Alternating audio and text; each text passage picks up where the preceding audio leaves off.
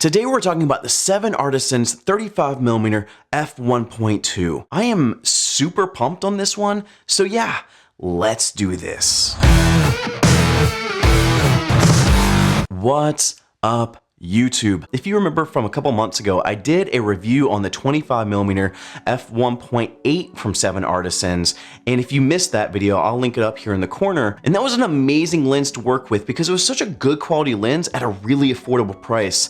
And this lens is no different. After that review, I actually reached out to 7artisans to see if they let me test more of their lenses, and they agreed to let me test this 35mm f1.2 and keep it and actually give it away. So I will be giving this lens away. And so make sure you stick around to the end of the video because I'll be telling you how you can win this lens for free. So with that being said, I do want to give the disclaimer that 7artisans did send me this lens. However, they were really awesome about it and said I can be completely honest about how I felt about the lens.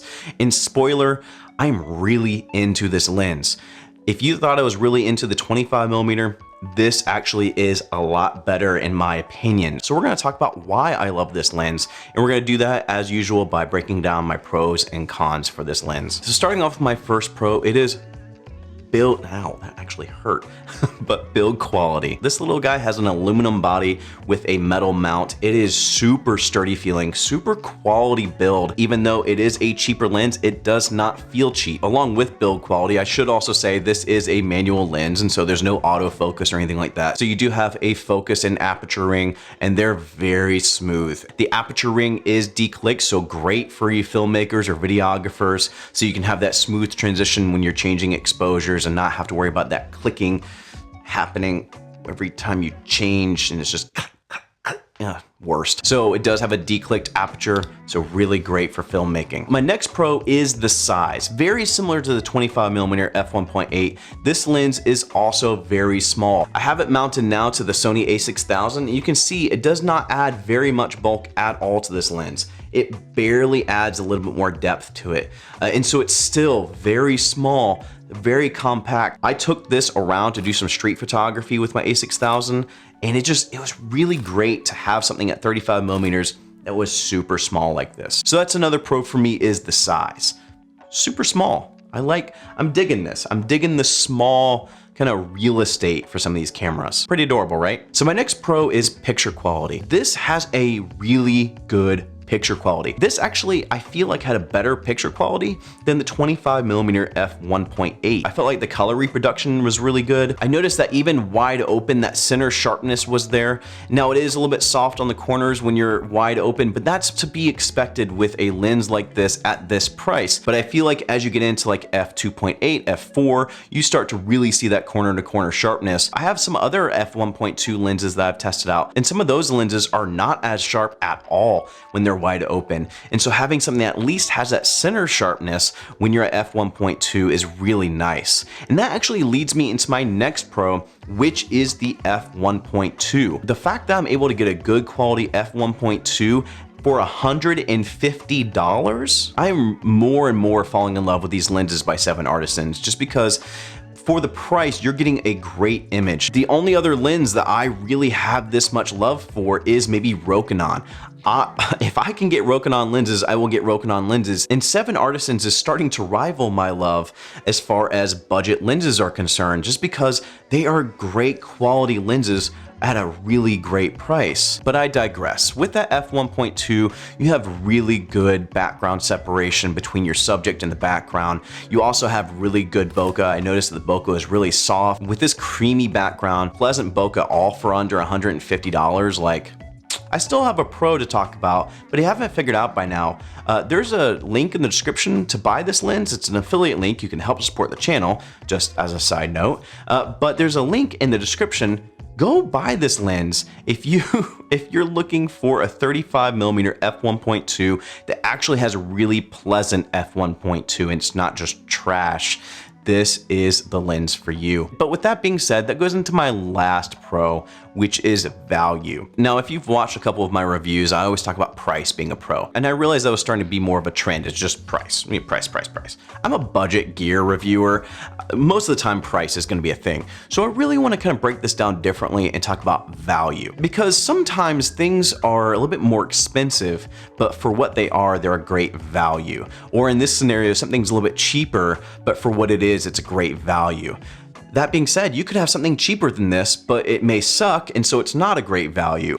And so I want to kind of approach this a little bit differently. Instead of talking about just the price, I want to talk about the value. And so with that, again, the fact that you have this $150 35mm f1.2 that's actually usable at f1.2, because again, there are some lenses that may be cheaper, but the f1.2 is just unusable. This actually has a usable f1.2 and is really pleasant. And so with the f1.2 and that 35mm, which on a crop sensor camera is closer to like a 50mm, which is a very sought after focal length. So all of this put together, the quality build, the smooth focusing, smooth aperture, declicked aperture, the picture quality, having that really nice background separation with the f1.2 and usable f1.2, again, all for that $150 price tag.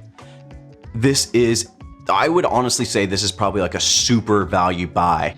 I can't speak more highly about this lens. Again, 7artisans is winning my heart more and more over my current love and affection of Rokinon.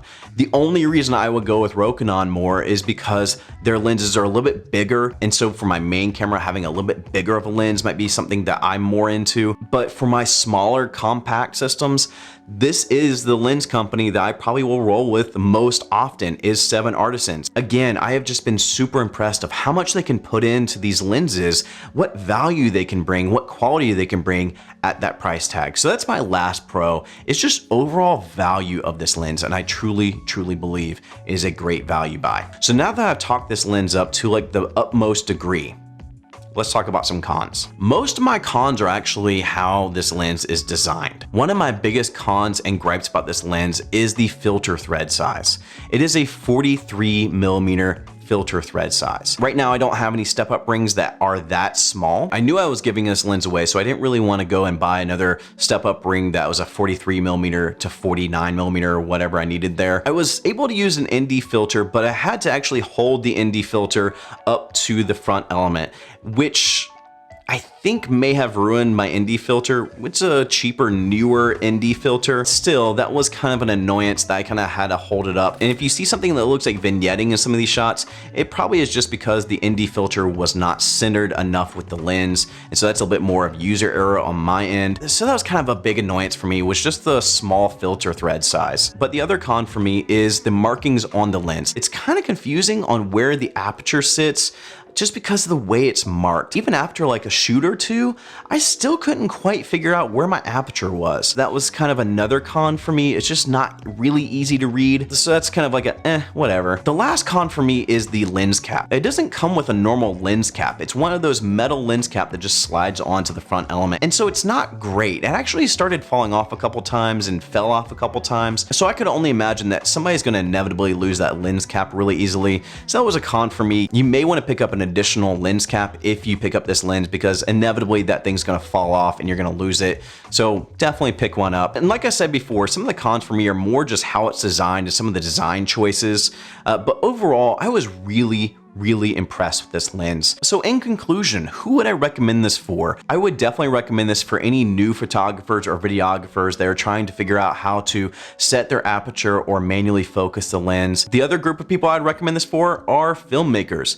This is such a good budget filmmaking lens. You have the declicked aperture, you have that center sharpness wide open, and so you can potentially like blur out some of the corners and really focus on your subject, be more cinematic in that way. And that f1.2 will create that separation between your background and your subject, which is also very cinematic. And so if you're a filmmaker that's on a budget, just go right now. Just don't pass go. I also think this is a great street photography lens. Now, a part that can be challenging with it is the manual focus. And so if you need something that has good autofocus, obviously this is an instant disqualification because it doesn't have autofocus. But otherwise, I think it's a really great street photography lens at this 35 millimeters and f1.2, especially for night photography. And then honestly, if you're a creator that just really wants a new piece of gear, I love getting new lenses. It's a great way for me to find a little bit more creativity in what I'm using every day. So with that being said, if you're looking at something that is inexpensive to kind of spark your creativity, by all means, check this out. I'm struggling right now because all my focal lengths are like standard focal lengths. And so I don't have anything that's like really kind of sparking my interest as far as creativity. This kind of helped with that. Even though 35 millimeters is very common, having the f1.2, having that nice creamy background really kind of sparked my creativity and got me really excited about creating with this lens, which is also why I'm very sad I'm giving it away. And so those are the groups of people that I would recommend this for: new photographers, new videographers, filmmakers that need a compact lens to add to their rig, people that are into street photography. This is a great street photography lens. And then just creators that are trying to spark their creativity. This is a great way to jumpstart that. So that's who I'd recommend this for. That's almost everyone. So just go buy this lens, as I've said for the 50th time. Thanks to 7artisans for sending this to me to let me test it out. Again, this little lens has kind of like won my affection, but we're not done. For one lucky individual, you're gonna win this lens. I'm gonna give this away to you. What you need to do to win this lens is to subscribe to the channel, comment with your Instagram or Twitter handle in the comment section below. And with that, also comment what you would try to film or photograph with this lens. What are some things you would want to use this lens for? So let's recap. Subscribe to the channel, comment below with your Twitter or Instagram handle, and let me know what you would use this lens for, what project you use it for, what creative outlet you'd use this lens for. Let me know. And what we'll do is I'll hold this giveaway open for a couple weeks, maybe like 2 to 3 weeks. And after that period of time, I'll determine a winner and I'll announce it in a video in the future. So that's it for me. I hope this sheds some light on how good this little 35 millimeter lens is. I have loved this lens and I fully expect whoever gets this lens will be really happy with it. And with that, if you want to buy this lens and you want to help support the channel, use the affiliate links below. Again, they are affiliate links, so I do get a little bit of commission from Amazon when you purchase using those links, but great way to help support the channel. So thank you in advance if you purchase through those links. And remember, if you enjoyed this video, make sure to give it a like. My goal is to show 7artisans that you want to see more of their lenses. And so consider liking this video, sharing this video even. Those all help with the success of this video. And the more successful this video is, the more that will show them that you all are interested in seeing more lenses from them, and they'll send more to me. So win-win, right?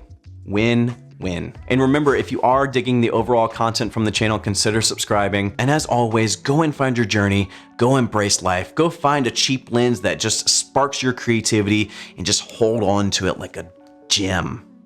Jewel, just treasure. I'll see you guys here next time. Peace.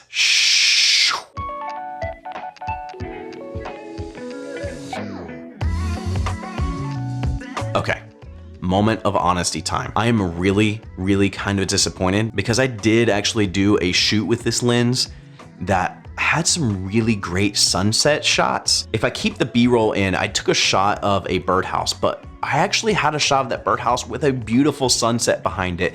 And it was in slow-mo, this bird was flying in and out. And honestly, I was more excited about that shot than probably any other shot I've taken in my existence of creating videos. And I formatted my SSD without putting it on my hard drive. A little part of my soul is missing because that shot will never be seen by human existence. Ever. Moment of silence, please. Okay. See you guys next week.